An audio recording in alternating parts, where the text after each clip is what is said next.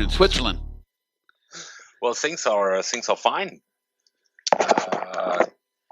We just had a new. Also, I'm not a fan of politics. I need to say, but we have a new party popping up over here in Switzerland. It's so-called UP, and in German it means, in English it means the Independent Party. And there are three young people which used to be part of the Free Democratic Party, and they founded this new political party, which is classic liberal, heading in the direction of libertarianism. So that was the foundation. Took place this week. So let's see and wait what they will make out of it. Well, hopefully something good. Yeah. If they're moving towards libertarian platform, I mean, can't be all bad. Well, at least I know two of the guys, and so they really understand that they have to reduce, rules and regulations, and instead of coming up with new redistribution rules and regulations. So I think that's a good sign. And then, of course, we have the Gold Initiative, which is also now, getting track a bit. I think there is also something coming this year, where the Swiss National Bank, basically the Gold Initiative, is asking for 20% backup of the SMB by physical gold. That's awesome. Also in the pipeline. I hope that comes through.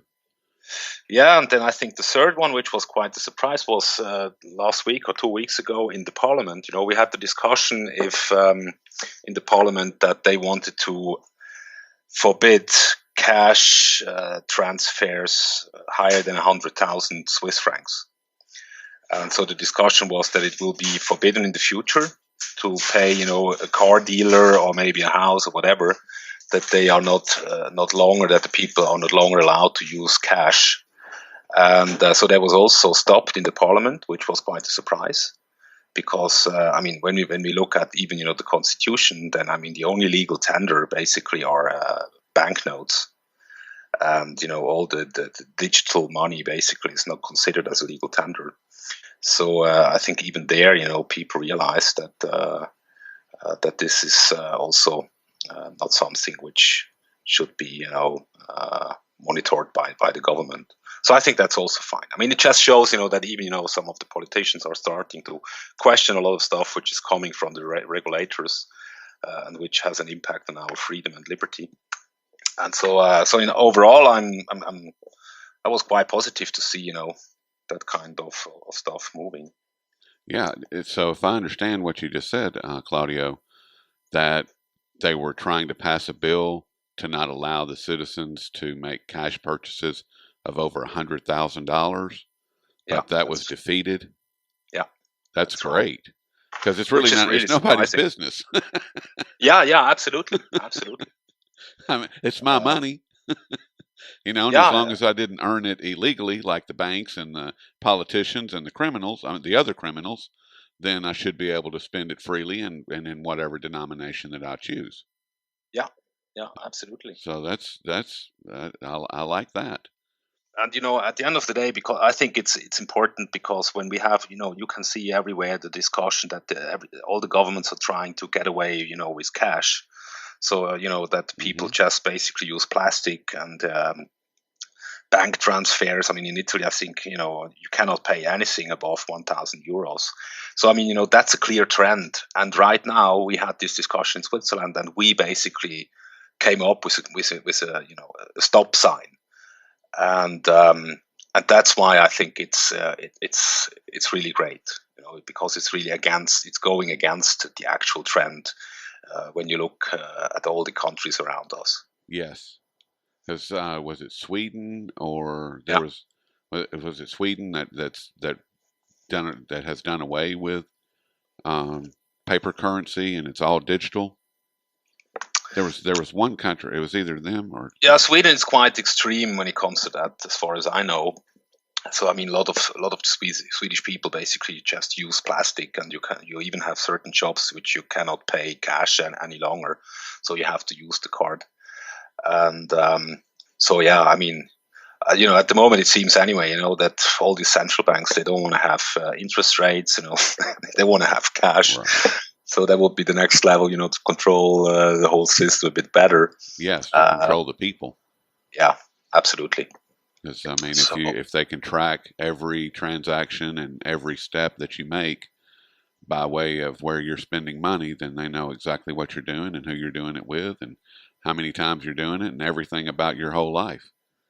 And correct. Correct. It's Yeah. and it's not that I have anything to hide. It's that it's my business. It's a privacy issue, and it's none of the government's business. It really isn't. Absolutely. I think anyway, that's always maybe, when we talk about cash transactions and so on, it's always important because, I'm in the physical gold business. I think it's always important that people really need, in these days, there is no privacy. And so people really have to make sure that when they do something that they are compliant with the local law, because so that they don't break any local rule when it comes to, investment stuff like this. Because I just think, that all these bankrupt governments are just going to be extremely nasty in the coming years. Oh, so if somebody is trying to hide something, if the government wants, they can track these people down. Yes. And of course, they get support from the banking system by delivering some, information and data and stuff like this. So I think it's important to be compliant, just to protect and to be on the safe side, for the coming years. Yeah, to deal in as much cash and as physical gold and physical silver as possible, because those are completely opaque transactions and people can't see them, and it really bothers the government and the banking system, which are one and the same these days, that that they can't see what you're doing, and they want to try to paint all of these people, everybody that does, except for themselves, of course, they want to paint us as criminals, and say that we are part of the problem when in fact we are part of the solution. Yeah. And yeah. But let's give ourselves a little introduction here, Claudio, so that the folks know that who we are and what we're doing. What do you say? Well, howdy, folks. My name is Rory, and this is the daily Coin.org, and we're speaking with Claudio Grass of globalgold.ch, and he is located in Switzerland. And how you doing, Claudio? Fine. Thank you very much. It sounds like you guys have a lot going on over there, and it sounds like some of the things are very positive, and it sounds like Liberty is making a positive move with everything that you've just described. Yeah, I think really some people, especially now also younger people, they realize something is heading in the wrong direction. That they also realize that when you look at the youth unemployment rate in the Eurozone, you look at the people on food stamps in the United States. Yes. So, especially the younger ones over here in Euro and also in the southern nations, of course, the youth unemployment between 60 and 30%. So they realize that something is going wrong. And then you even have the elder generation. And now they just see, for many years that basically the central banks are printing money and that the interest rates are, close to zero. And even for them, now it starts a bit, smelling. And okay, they are still, most of the people are still trapped in the system, but they realize that something is not going in the direction it should go. So you have more people waking up. But it's still a small fraction. So, but it is a small fraction. But as Sean says, there is hope. Sean over at SGT Report. For a long time, I kind of argued with him. They didn't argue with him, but I would debate him and say that it's really not. It doesn't matter. But actually, he's right, and you're right. It does matter, no matter how small the percentage is, as long as we are getting people every day waking up and realizing that the Federal Reserve, in particular, and the Bank of England and the central banks around the world are, in fact, the root of the problem. It's a good day. it's on those days when people aren't waking up that are bad days, and things seem to go afoul, even more so.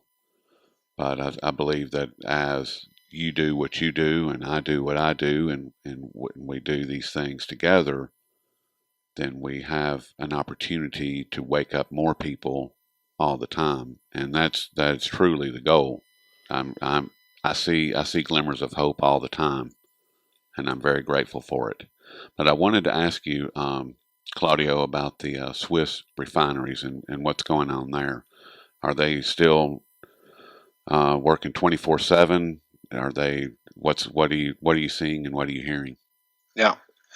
Well, I mean, at the moment, it the last few weeks it really has been more quiet. When it comes to the banking business, with gold, it's completely dead. Also, we have seen that a few banks increased their positions, and that we even have Goldman Sachs basically decreasing their ETF positions. But at the same time, I think they were leaning out 50% of the gold reserves. I think of Ecuador or which country, I'm not sure. It was Ecuador. Yeah, so I mean they're in the gold business, but when it comes to people are really insecure because of the prices. It really slowed down. I had the refineries on the phone in Switzerland. I mean, they still have, they're still working, so they are very happy with the developments, but the purchases from China, they also came a bit down because of all the most likely the troubles China has at the moment. I mean, they really have a huge credit bubble. So, and all the data figures which are available, no one can trust them fully. So we don't know exactly what's going on over there. And then, of course, you still have the restrictions in India. So, which is, gold is still moving to India, but not through the official way or the statistics way. But these that should come down. So, I mean, what can be said is that it slowed down a bit. People are waiting. People are hesitant. However, the fundamentals are still in place. I'm not concerned at all. So I mean, the refineries now they can basically bring down their delivery delays they had. But what I also heard from the refinery is that they feel that they have more troubles to get physical supply from the mining especially, and also from people selling back their gold. So I mean the recycled gold is going down. So so what they're facing is really problems when it comes to supply, and I think that's something we really have to look at over the coming months and years. But in general, I mean, I'm very happy, and I believe it's gold is really doing fine. Well, the last 48 hours. It's done remarkably well. It's moved about $38 since. Let me hit refresh here, and since the 18th at the close at 4:30 or 5:30 p.m. Eastern Time, United States, it was at 1277, and as we speak on Friday the 20th, about 10:30 Central, it's at 1316. So that's almost a $30 move. Yeah. So to me that's pretty positive. That's pretty positive movement. The gold price. I mean, so many people have. I think Okay, let's just focus on one fact. Physical gold. We are talking about 0.5% of the people in the Western world are invested in physical gold. So it's a very small market. And so, of course, the paper market is 100 times bigger. So, I mean, I really don't look into the prices. I don't care basically if it's 1287 or 1316, because really the way I look at gold, at physical gold, that's really my insurance. And my insurance has to perform when I need the insurance. And gold is the insurance against, a crash of the actual system. And I'm 100% convinced that it will perform in such a crisis scenario, because that's just what we learned from history. And what has been money for 5,000 years will be money, for at least another 5,000 years. and Yes. paper. Yeah, paper. The US dollar as world currency reserve 40 years. So yeah. Yeah, and history shows that the fiat currencies cycle out, or their life cycle is about 40 years.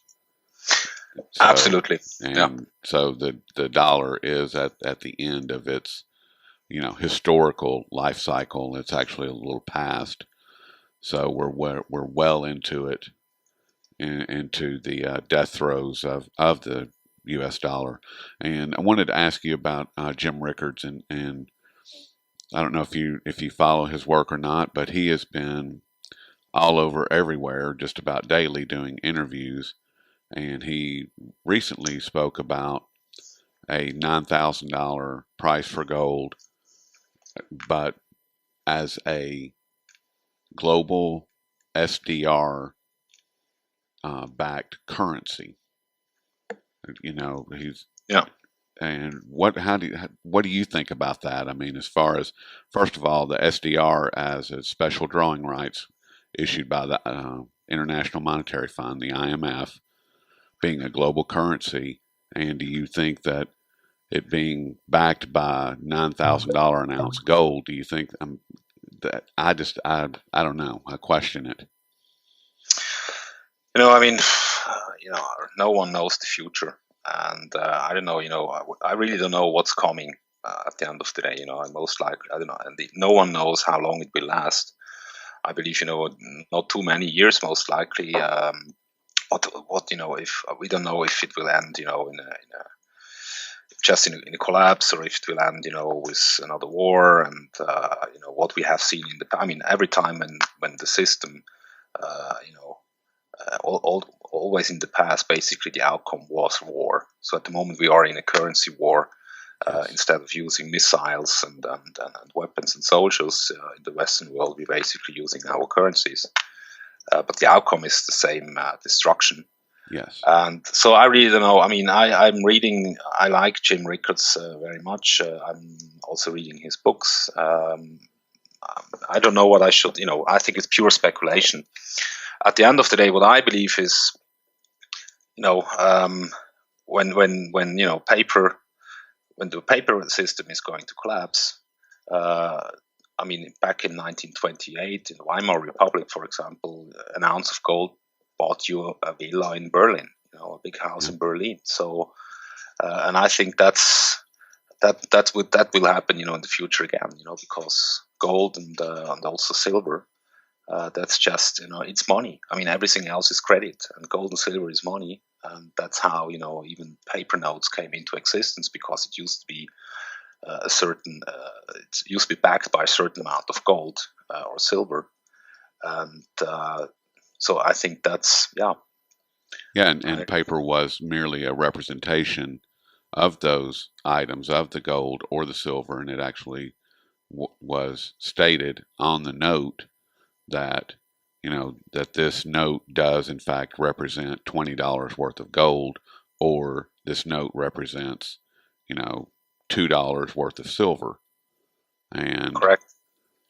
And until we get back to that, I think that it's just we're going to continue to be slaves to the central banks, because they own the money.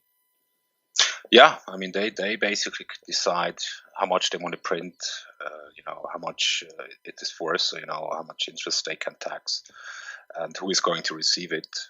And so, in a system such as this, I mean, that's just a system without having, property rights only of temporary nature, because basically they can inflate your wealth away, or they can deflate it. So, so you're always the hunted one, when they basically control the money and the money supply itself. Yes. And the last thing that I wanted to ask you about, you had mentioned them taking us to war, and that has been historically a big part of their playbook. And it seems like that right now their 40-year-old narrative for the U.S. fiat dollar and the world reserve currency is running out and running thin, and they've got all of these situations going on in the Middle East and in Eastern Europe, as far as Ukraine and Russia, and everything that's going on there. And how do you see these situations playing out over the next, say, 6 to 8 months? Oh, I think I don't see a big war on the horizon.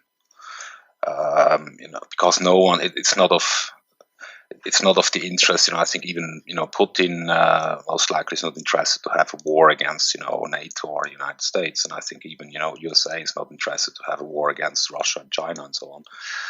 But what I see is what you can also see when we look into history, all these periods basically led to a massive centralization within the system, and so at the moment I think the banks are profiting, the governments are profiting, and also big business, and especially the military-industrial complex is profiting. I mean, look at the shares; they went up, and so crisis is basically, when you have a smaller cake getting smaller, you have to assure that the pressure groups or with the strongest lobbyists that they basically, they make sure that they will get their fair share from a smaller cake. And I think that's definitely the military-industrial complex. They can sell weapons, as long as there are so many wars, they can supply, both sides. I mean, I think they don't care that much as long as they make good business and can assure that even in a deflationary environment where the real economy is going down, that they can assure that they get enough out of the system.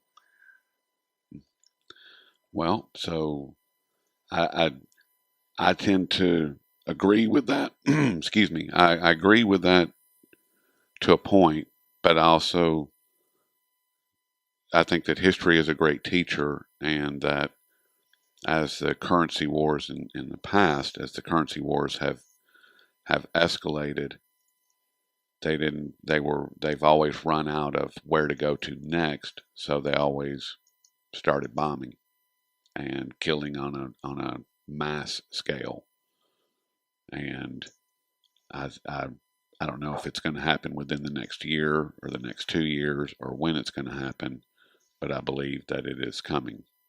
And I think that the rhetoric that is being tossed around all over the world is pointing in that same direction. I mean, in midterm, I also think that I also believe, that's absolutely a scenario which is likely. But I think, we are living in these mass democracies, and, most likely do you also remember, when Obama wanted to intervene in Syria a few months ago, and basically the American people were against it. Yes. So, you cannot have a big war without having people backing you up, the people perception. You have to work on that. And so I think at the moment, even in Europe or in the United States, I mean, I don't see the people supporting a big war. But as I said, at the beginning, we have this high unemployment rate, and we have a real economy which is really going nowhere. And we have, I mean, the official unemployment rate in the States is 23%. I mean, the official, as per shadow stats, based on the calculation method of 1980. And over here in Europe, the situation is also as worse.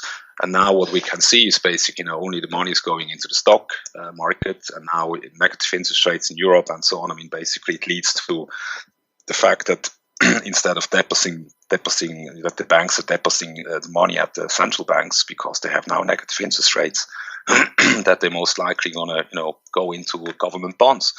And so we have a booming stock market which can go on, for as long as they print.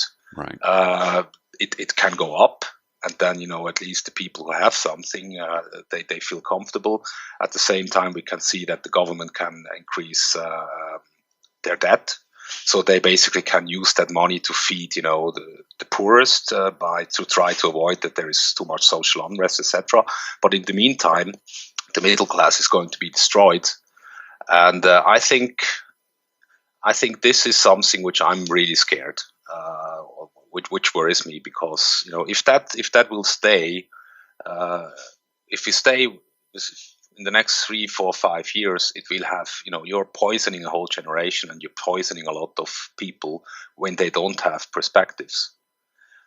And so I think that that's definitely a potential threat when it comes, to a worse scenario in the next few years. And then, of course, when we see what's happening in the Middle East with the Shias and the Sunnis, and I think that's Sectarian war, which is really going to be escalated, and we have Ukraine, which is going into a real. It seems to be, at least, that they kind of have a real civil war. So I think all that stuff, and also Africa, and even we have and Asia, of course, as well. We have the islands where basically China and Japan are fighting because of raw resources and so on. So I think this is going to accelerate most likely in the future. I think we're not going to see in the coming years a more peaceful planet than we have today. So I think it's just heading in that direction. And the middle class is going to be impoverished because, if we could create wealth out of the printing press, then we could really, every one of us, 1 million, on an annual basis is good enough that we can live. But we also know, this is not working. So I think, we are in a period of time where a lot of people are going to be poisoned. And when they don't have perspectives, when they don't have possibility for a better life to pursue the happiness, I think that has a very negative impact. Yes, and I think that and I'd forgotten about Africa completely and the conflicts that are going on there. You've just got, and you may be right, Claudio, as far as just regional wars, where the military-industrial complex on a global scale can continue to line their pockets and, kill a few thousand people a year and blow up a few cities where Bechtel and, the Halliburton, where these organizations are able to clean up and once again line their pockets and in the meantime use the printing press to completely wipe out the middle class on a global scale. Because I don't think that there will be a middle class within the next 15 to 20 years. I don't really see that. I don't see how it can continue to exist. It'll be a situation, from my perspective, of haves and have-nots, and that'll be it. Yeah, if as we long continue, as the system. Sorry. If we continue along the same path that we're on currently. Yeah, absolutely. I think. That's why. One of the best stuff to protect yourself is really, by owning physical precious metals outside the banking system, nearby you or in a different jurisdiction, which is safeguarding property rights. And at least then you have an insurance. Then you really, whatever happens. But I think, I don't, we have a diminishing power of, everything with interest rates down to zero and money printing, for free, everything becomes an illusion. Yes. Now everyone can buy a house because it's, you get the house almost for free, because you only pay, 0.9 or 1.2% for a mortgage. So it's more expensive to rent a house or an apartment than to buy and to take a mortgage. So this is really, they are playing with the time preference of the people, and the more they are propping up the market, definitely the deeper the fall.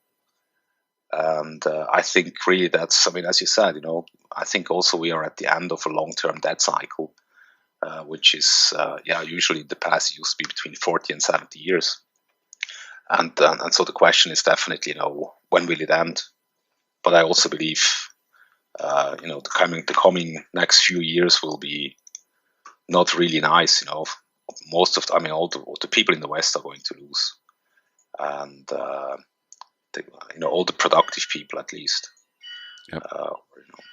So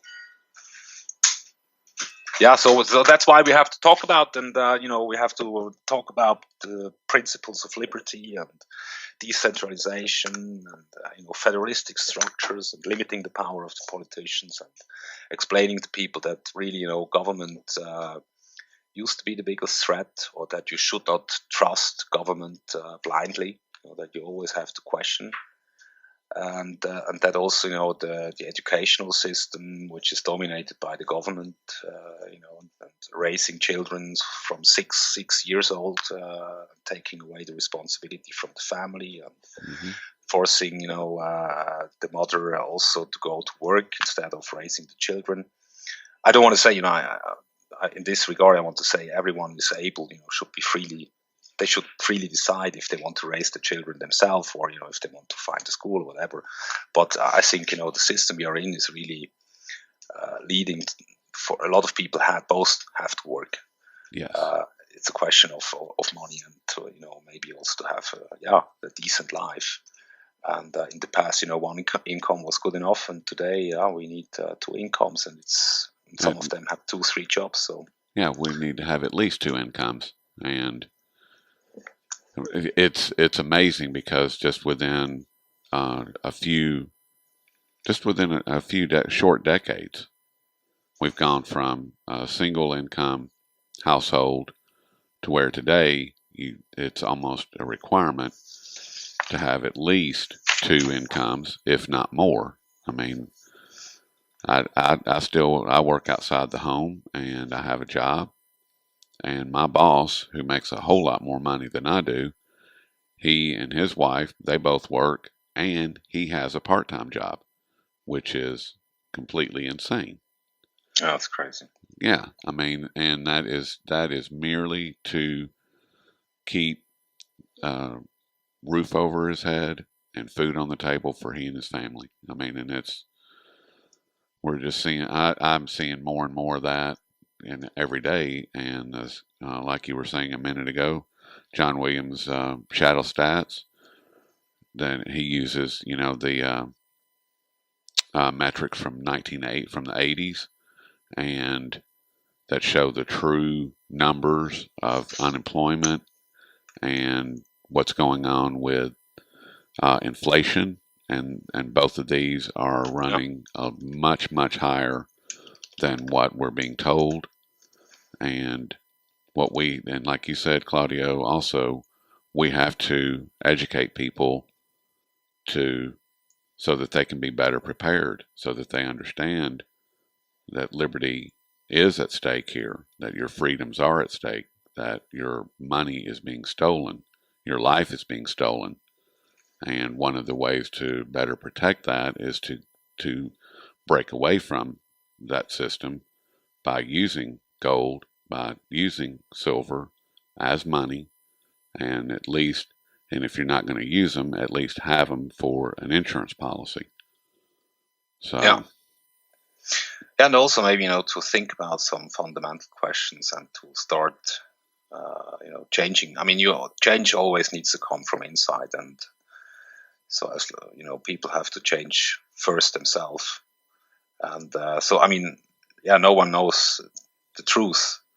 But I believe, when it comes to education, or the Austrian School of Economics, or book summaries, or the Mises Institute, or people who basically defend liberty and the non-force principle, I think that these are just the better ideas. And I think a lot of people, when they hear about those kind of ideas and argumentations, then I think we just have the better arguments than all those statists. yes, and the more we spread the word, I mean, that's how I used to be. I mean, you know that. I mean, I used to work for the United Nations 2 years in the Middle East, so I was really a statist. I was. You were all up in it. Yeah, and the good stuff was really that when I was in the Middle East, that I took books along from Hayek and Mises and Ropart. And then in combination with what I learned, what the UN is, and how the UN works, and that supranational organizations are just a big lie and a big fraud. Yeah.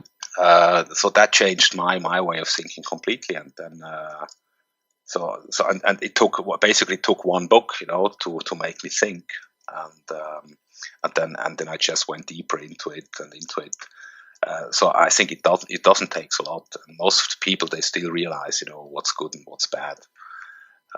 They just have to hear about it, and then that's how we can spread. Yes, they just have to hear about it, and then it can spread. And hopefully, we can we can reach a few with this interview. And is there anything, Claudio, that you would like to leave the folks with? Yeah, maybe. I think you also put it on your website. I mean, we did two. I did one special report about the boom versus bust, explaining the business cycles from an Austrian perspective.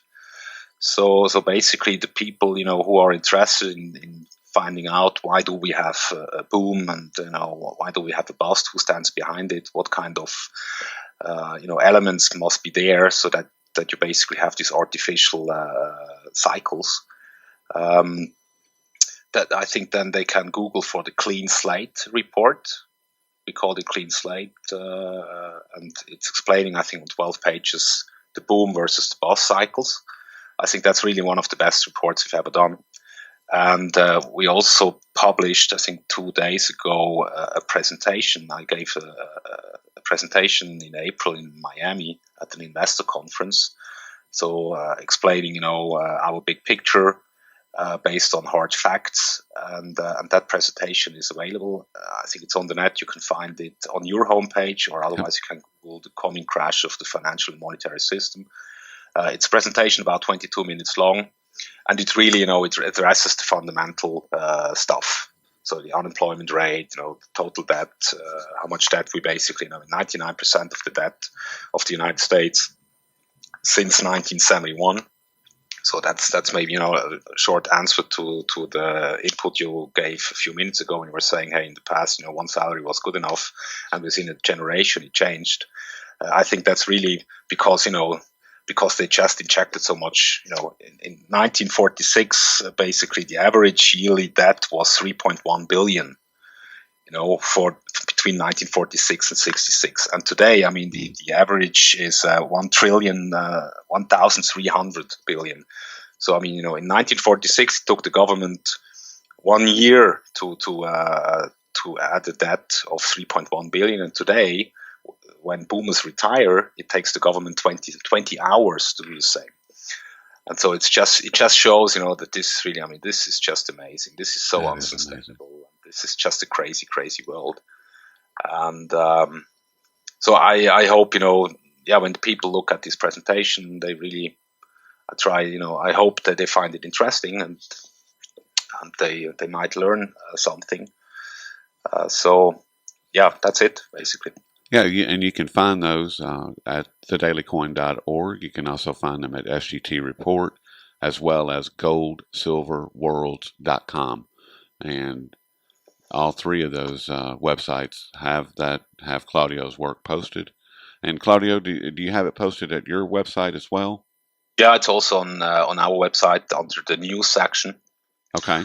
And we have this quarterly outlook report. I mean, the main article was about the comparison between 1914 and 2014, and we had an interview with Dimitri Speck about the gold price manipulations.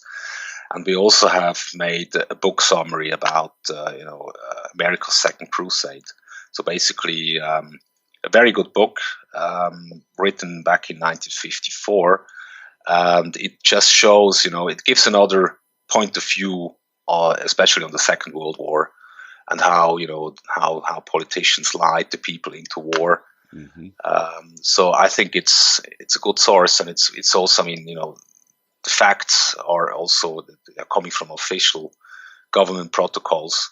So at least it's not a conspiracy or that somebody could say. I mean, everyone, conspiracy is always, it's something, nothing against conspiracy. I mean, when two people basically make a secret, decide something, then that's a conspiracy. But today, conspiracy is always negative, and these are crazy people and so on. Yes. So I mean, but that book is really, well researched, and I found it also on the Mises homepage. So they also published that book. So it just, really, as I said, we try to gold is sound money for a sound society, and as long, I think that's gold. A sound money is really key for the future. As long as people don't understand that they should not accept paper money coming from somewhere, created out of nothing. As long as they accept this, we really, we are really in trouble. And for a certain period of time, it can work. It always can work to make more debt. But at the end of the day, the debt needs to be paid, and that's what we are facing now. So, yeah, that is what we're facing now. And with that, I won't take up any more of your time, Claudio, and I certainly appreciate all of your time today. It's always a pleasure speaking with you, and I will get I'll add the links to your articles and to your website into the About section under this video, and you guys can just click on those and take you right to them. And Claudio, I certainly appreciate it. Hey, cool. Thank you very much, Rory. I also appreciate our regular discussions. And I will talk with you soon, my friend. Thank you very much. Talk to you soon, my friend. Take care. Bye-bye, Rory.